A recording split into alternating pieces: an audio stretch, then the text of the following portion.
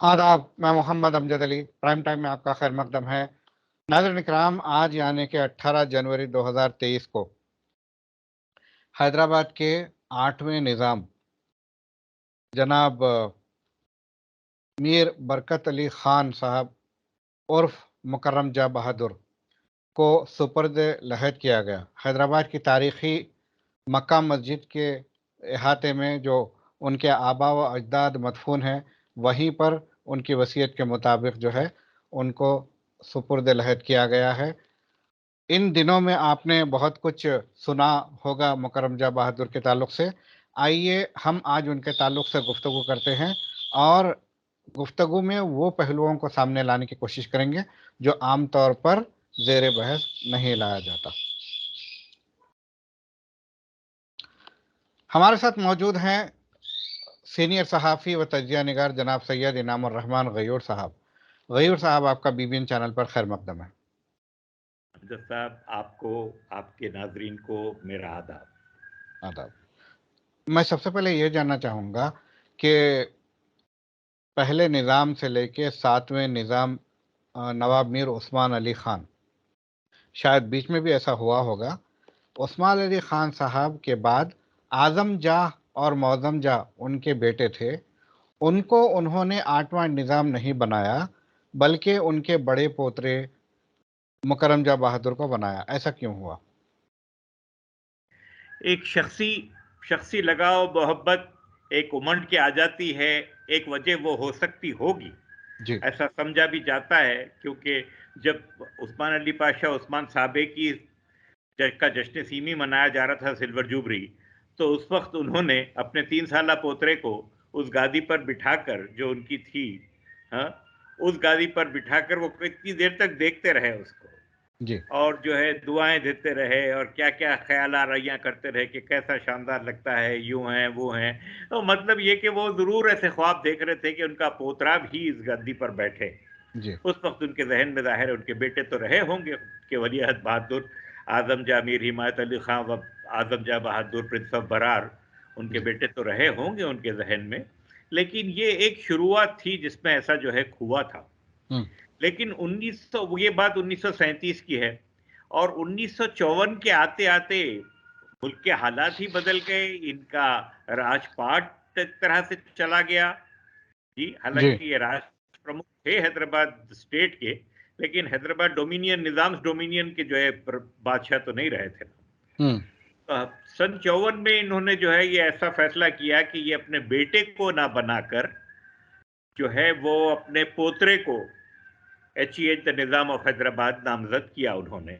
जी। वो नामजदगी कबूल भी हो गई उन्हीं की ज़िंदगी में, और उसके ताल्लुक से एक गवर्नमेंट ऑफ इंडिया की तरफ से एक गेजेट नोटिफिकेशन भी आ गया, और वो सारी चीज़ें हुई, और वो अपनी जगह पर बिल्कुल जो है वो था कि उसको, हालांकि ज़रा वक्त लगा उसमें वो होने में, हुँ। हुँ। लेकिन मुकर्रम जहाँ की वली अहदी या जान नशीनी मान लीजिए, वो जो है तय पा गई।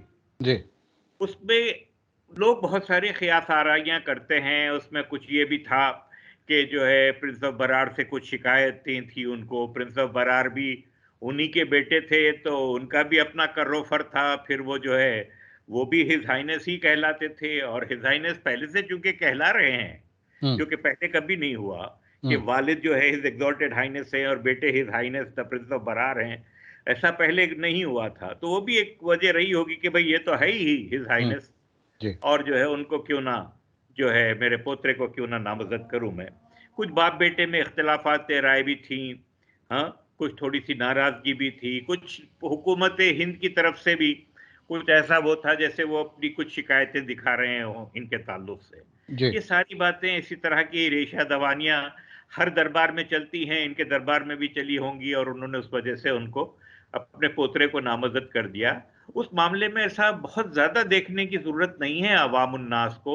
ये महल की बातें हैं, और महल की बातों की कुछ कई वजूहात होते हैं, और जब रास्त अवाम से इनका कोई ताल्लुक नहीं होता तो अवाम को इन बातों में ज़्यादा उलझने की भी ज़रूरत जो है नहीं होनी चाहिए। जी। जी। बहरहाल, प्रिंस ऑफ बरार थे, और रहे अपनी आखिर उम्र तक जो है। तो इस ये वजह रही होगी, मेरा अपना ऐसा ख्याल है। जी। तो ये आज़ादी के बाद से हालात तब्दील हो गए, उसके बाद कुछ अरसे तक उन्हें टाइट्युलर निज़ाम रखा गया, उसके बाद वो सिलसिला ख़त्म हो गया, ऐसा क्यों हुआ? वो देखिए 1967 में फरवरी में उस्मान अली पाशा इंतकाल कर जाते हैं आला हजरत, और अप्रैल के महीने में इनकी तख्तनशीनी हो जाती है, मुकर्रम जहाँ बहादुर की बहैसियत निज़ाम हश्तुम हो जाती है। तो सिलसिला चल पड़ता है, लेकिन बीच में सेंटर में हालात बहुत तरह से बदल रहे हैं हर एतबार से। जी, तो उन बदलते हुए हालात का खिमियाजा उस्मान अली पाशा के पोतरे मीर बरकत अली खान मुकर्रम जहाँ बहादुर को भी भुगतना पड़ा, इस एतबार से कि सारे राजगान के साथ, सारे नवाबैन के खिताबात के साथ इनका भी खिताब जो है ले लिया गया, और उनकी जो खास मराआत थी, जी, उन मराआत में बहुत सारी चीजें थी, जैसे कि उनके अपने इलाकों में उनको कुछ खास इख्तियारात थे। जी, उन इलाकों के अंदर की बातों का जो है कुछ बहुत ज़्यादा हुकूमत हिंद की तरफ से कुछ मदाखलत नहीं हो सकती थी, जो कि सिविल या इवन क्रिमिनल मैटर्स में ऐसा कुछ कुछ उनका इख्तियार था।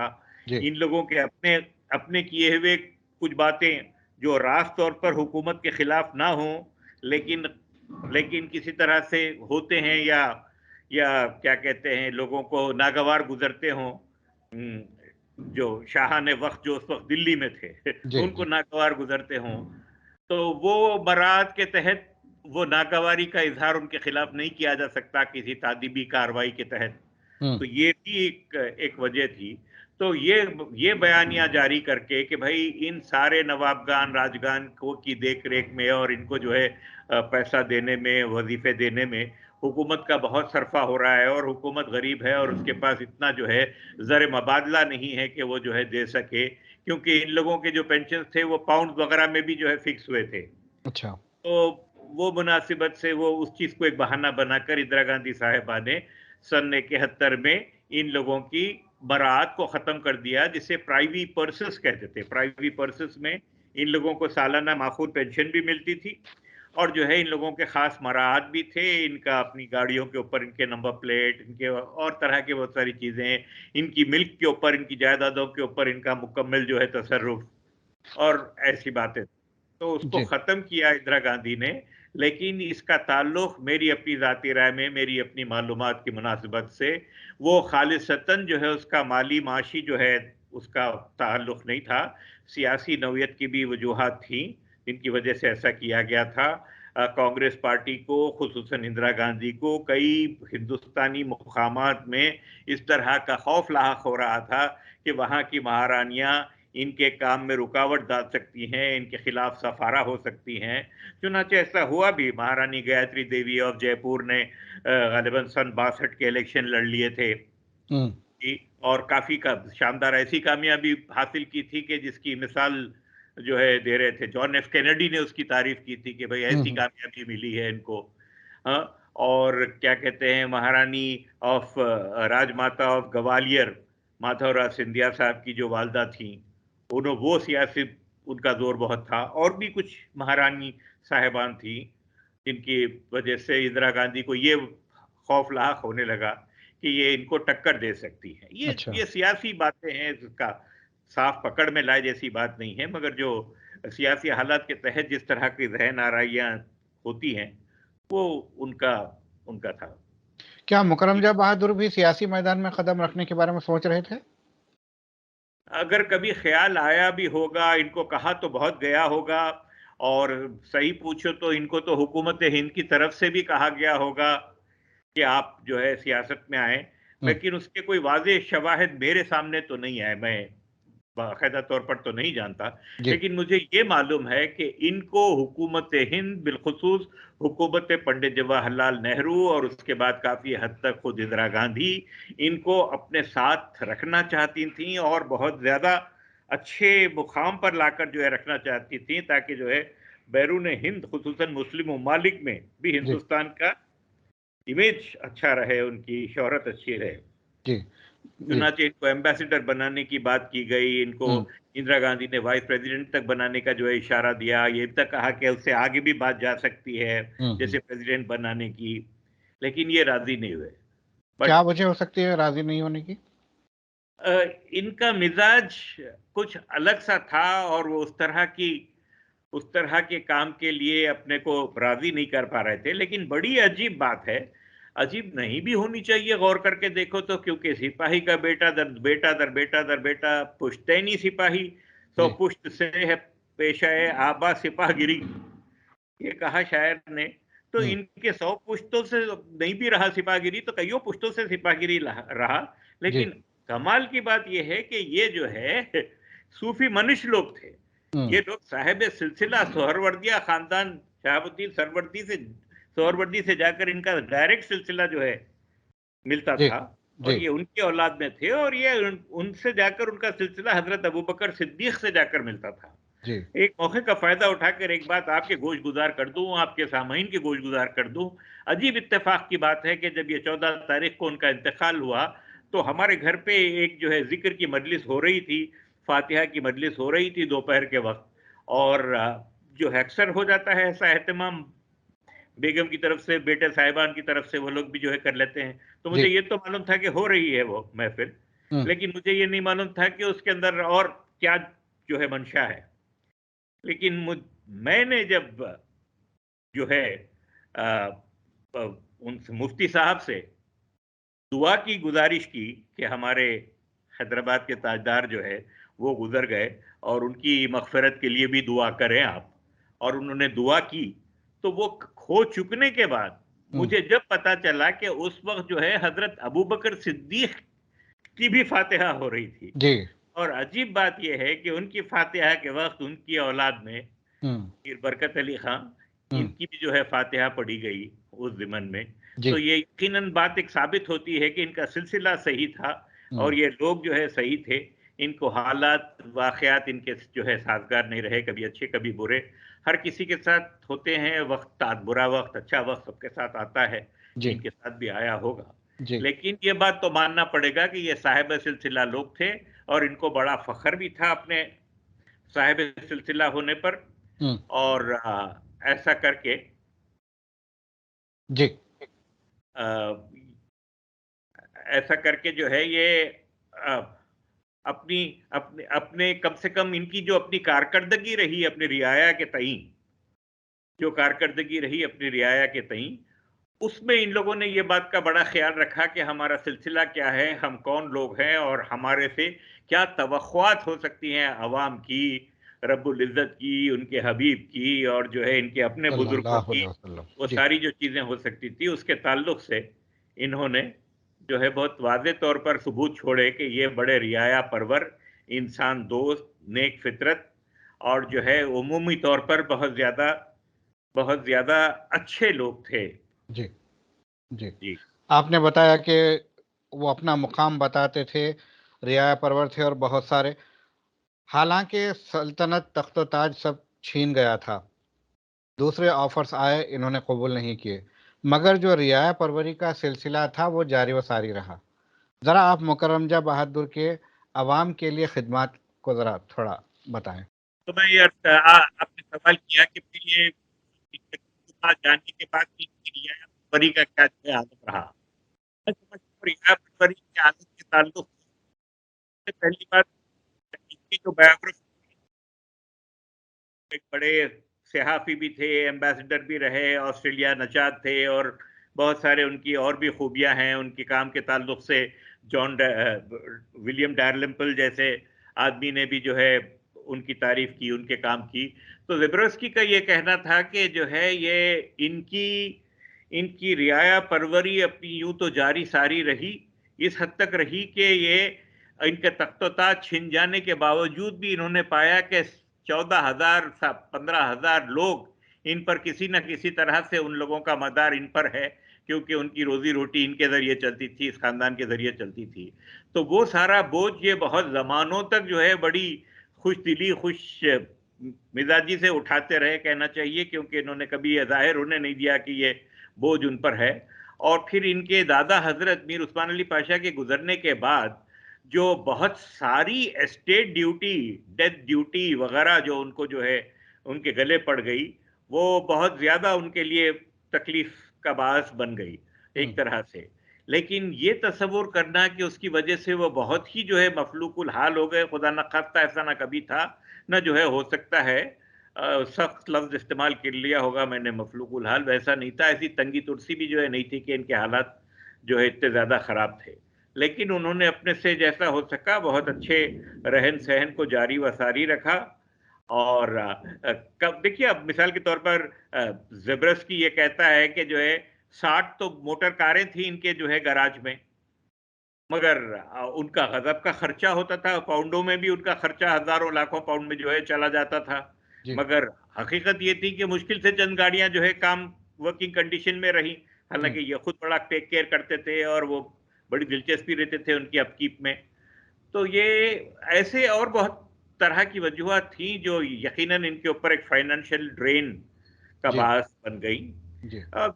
दूसरे लोगों में ऐसी बात नहीं हुई होगी, दूसरे लोगों ने किसी तरह से अपने आप को सनत से जोड़ लिया होगा या सनतें खुद शुरू कर दी होंगी, उनको वो मराहत भी मिले, वो मौके भी मिले और इन लोगों की राह में रुकावटें भी आ रही होंगी या इन लोगों को वो ढंग नहीं आया होगा बात को आगे बढ़ाने का। जैसे कि आज की मारुति गाड़ी जो है, उसका जो ओरिजिनल प्लान था, उसका जो ओरिजिनल आइडिया था, वो सही मानों में मुकर्रम जा के ज़हन में आया था। अच्छा। और वो बात उन्होंने अपने दादा हज़रत से बताई, दादा हज़रत ने गवर्नमेंट ऑफ इंडिया को इत्तला दी, गवर्नमेंट ऑफ इंडिया ने इसमें दिलचस्पी ली। ये बात प्रोजेक्ट आगे बढ़ ही रहा था कि उस्मान अली पाशा इंतकाल कर गए, उसके बाद फिर धीरे-धीरे काम होता रहा, फिर इमरजेंसी आ गई, इमरजेंसी में कुछ जो है ताल्लुकात वग़ैरह जो है ख़राब हो गए और जो है उसमें काफ़ी वक़्त चला गया। मुकर्रम जहाँ बहादुर मुल्क छोड़कर चले गए, 6-7 साल के बाद वो वापस आए फिर ऑस्ट्रेलिया से, उनकी कुछ नाराज़गी थी, कुछ गलतफ़हमियाँ थीं हुकूमत हिंद के साथ, वो सारी वजूहात थीं। तो सनत से अपने आप को वैसे फिर से असर-ए-नौ नहीं जोड़ पाए वो, जैसा कि हो सकता था और दूसरी जगहों पर हुआ होगा। लेकिन फिर भी जो इनसे हो सकता था वो किया इन्होंने फलाही कामों में। ये मानना पड़ेगा आपको कि जो है ये निज़ाम्स ऑर्थोपेडिक हॉस्पिटल जो इनके दादा हज़रत का शुरू किया हुआ था, वो खालिसतन एक फलाही काम था। एक चंद्रैया नाम का आदमी ज़मीन पे रेंगता हुआ आके उनके कदमों पे गिर जाता है उस्मानिया अस्पताल में जब वो किसी अपने अपने रिश्तेदार की इयादत को जाते हैं और ये कहते हैं कि क्या तुम जो है चल नहीं सकते? तो बोले नहीं मेरे पाँव का इलाज नहीं है। जी, वहीं उस्मान अली पाशा जो है हुक्म देते हैं रंगारेड्डी डॉक्टर साहब को कि आप सारा तख़मीना कीजिए, इसका बजट बनाइए और ये यहाँ की नौकरी छोड़ के आके वहाँ का जो है वो अस्पताल का काम कीजिए और वो अस्पताल को एशिया का सबसे अच्छा अस्पताल बनाइए और आपकी मुँह मांगी कीमत कदर मैं आपको जो है दूँगा। ये तरीका था ये निज़ाम्स ऑर्थोपेडिक की जो है उसमें ये हुँ, ये जो है वो बात थी, तहरीक जो जी, चीज़ बनी। इसी जी, तरह और दर्जनों ऐसे फलाही काम हैं, दर्जनों वो हैं, तो उन कामों को आगे बढ़ाते रहने की भी जो कोशिश रही, वो मुकर्रम जान ने अपने तौर पर हत्तल इम्कान की। मुकर्रम जा college for learning and this thing वो कॉलेज इनका जो है शुरू किया हुआ, कोई ऐसा-वैसा काम नहीं था वो। बड़ी कुर्बानियाँ देकर उन्होंने अपनी जायदाद को ना बेचकर उस जायदाद को इस काम के लिए वक़्फ़ करके उसका एक ट्रस्ट बनाया। वो ट्रस्ट को वक्फ बोर्ड के तहत ना रखकर हिंदू एंडोमेंट्स डिपार्टमेंट के तहत रखा और हुँ, ये ख़्याल से रखा कि उस वैसा होने से ये होगा कि दूसरे गैर लोग भी, गैर अक़वाम के लोग भी उस कॉलेज से फ़ायदा उठा सकेंगे। उन्होंने उस वजह से वैसा रखा। तो हुँ, ये काम था मुकर्रमजा का स्कूल जो है पुरानी हवेली में कब तो कई साल से जो है चल रहा है। बड़ी मियारी तालीम होती है वहाँ पर, बड़े डिसिप्लिन वगैरह के साथ का जो है वो होता है। जी, बात खुल के ऐसा अवाम में ज़्यादा जो है आती नहीं होगी, लेकिन बड़ी कसीर तादाद है उसके स्टूडेंट्स की और बहुत अच्छी पढ़ाई होती है वहाँ। ये उन्हीं की जो है काविशों का नतीजा है। उनकी देख-रेख दूर से भी उनकी जो निगरानी रही उसका जो है नतीजा है। बिल्कुल सही। और ऐसे बहुत से जो है काम रहे हैं। हुँ, बिल्कुल दुरुस्त फरमाया आपने, मैंने भी डेढ़ एक साल बात पहले विज़िट ये किया रह था। गई मैं आप पूछ रहे थे कि फिर उन्होंने क्या सियासत में जाना मुनासिब नहीं समझा, जी, तो मैंने कहा कि आपसे उनको एम्बेसडरशिप ऑफ़र की गई, वो कबूल नहीं की उन्होंने। हुँ, हुँ, लेकिन उस्मान अली पाशा ने जो है उनको इराक़ के जो नए हालात थे 1960 के दहे में, हुकूमत बदल रही थी, नया इराक़ वो ब बन रहा था, सद्दाम हुसैन की शुरुआत से भी पहले की बात। तो उस जी, वक़्त हिंदुस्तानी वफ्द जो खैर सगाली का वफ्द गया था इराक को, उस वफ्द का हेड बनाकर भेजा गया था मुकर्रम जहाँ बहादुर को। अच्छा। ये कोई मामूली बात नहीं थी। हम्म। और सारी मुस्लिम दुनिया में इसको बड़ी मोहब्बत की निगाह से देखा गया इस बात को, बड़ी इज्जत की निगाह से देखा गया इस बात को। तो उस तरह के उनसे और भी काम जो है लिए जाने थे, मगर मुकर्रम जहाँ बजाते खुद जो है फौज में भर्ती होना चाह रहे थे। ये बड़ी मजे की बात है। बिल्कुल बिल्कुल। तो कुछ से पेशा आबा सिपाहीगिरी कहा मैंने आपसे, तो ये जो है चूंकि फौज के सेकंड लेफ्टिनेंट का ऑनररी रैंक लेकर आए थे विलायत से, सैंडफोर्ड जैसी मिलिट्री एकेडमी से बाकायदा ट्रेनिंग ली थी उन्होंने और इंजीनियरिंग में जरा महारत हासिल की, तो इनकी ख्वाहिश थी कि ये फौज में जो है रहें, लेकिन हुकूमत हिंद उसके लिए राजी नहीं होगी। मगर हुकूमत हिंद की भी नीयत की दाद देनी चाहिए कि वो लोग जो है इस वजह से, इस ख्याल से उनको फौज में नहीं आने दिए कि खुदा न खास्ता अगर फौज में उनके साथ कुछ हो गया, हाँ, किसी तरह का कोई हादसा हो गया, तो बड़ी बदनामी होगी मुल्क की, गैर हमारे मुस्लिम ममालिक में भी बदनामी होगी कि हम हमारे एक जौहर पारे का सही से तहफ़्फ़ुज़ नहीं कर सके। तो वो भी ख्याल था। और उनके साथ कुछ हो जा सकने का फौज में इम्कान बराबर रहता है, क्योंकि पागल किस्म के लोग जो है कहीं भी कुछ भी कर हर जाते हैं, जगह मौजूद रहते हैं। बिल्कुल सही। बाहर हो कुछ भी हो। जी तो जी ये ख्याल था। जी जी। अब तुर्की में मुसलसल क़याम इख्तियार करने की क्या वजह थी? माशाल्लाह से तुर्की इनका नन्हेहाल है। जिन लोगों से मैं मिला हूँ, वो उनका कहना है कि जो वो लोग जब तुर्की में इनके साथ जब रहे, तो उनको उनके साथियों को भी आम तुर्की अवाम ने भी वो इज्जत और एहतराम दिया, जो जैसे कि जो है सुल्तान अब्दुल मजीद की औलाद को मिलने का जैसा हक होता था। जी। तो वो बराबर उनके साथ बड़े उससे पेश आते थे, सब कुछ वो था। तो फिर तुर्की में इनके अपनी भी इनकी जायदादें रही होंगी। तुर्की में क्या शाही खानदान से इन्होंने अज़दवाजी रिश्ता बनाया, तो उसके बाद तुर्की से बदले हुए हालात में वहाँ के और भी कुछ चीज़ें हुई होंगी। तो तुर्की में उनका रहना इंतहाई वाजिबी था, क्योंकि वहाँ पे बड़ी क़द्र मंज़िलत की नज़र से भी उनको देखा जाता था। तो ये लंदन, तुर्की, इंडिया, ऑस्ट्रेलिया, इन जगहों के ऊपर तो इनका घूमना-फिरना रहता ही था। हिंदुस्तान में भी रहते तो मुसलसिल, कभी पंचगिनी में, कभी ऊटी में, कभी जो है बंबई में, कभी जो है कलकत्ते में गालिबन जो है रहते थे, तो घूमना-फिरना भी लगा रहता था। जी, जी। ये सयाहत के भी बड़े शौकीन दिलदादा आदमी थे, ज़रा मुहिमजू फितरत के आदमी थे, एडवेंचर माइंडेड, तो इसलिए भी ज़रा वो चीज़ें रहती थी। जी, जी। जी। और कोई पहलू पे आप रोशनी डालना चाहेंगे? इन्होंने इन्होंने अपनी ज़िंदगी में जो है पंडित नेहरू से इजाज़त माँगी थी कि भई मैं जो है मोटर चला के अब तुर्की तक जाना चाहता हूँ। अच्छा।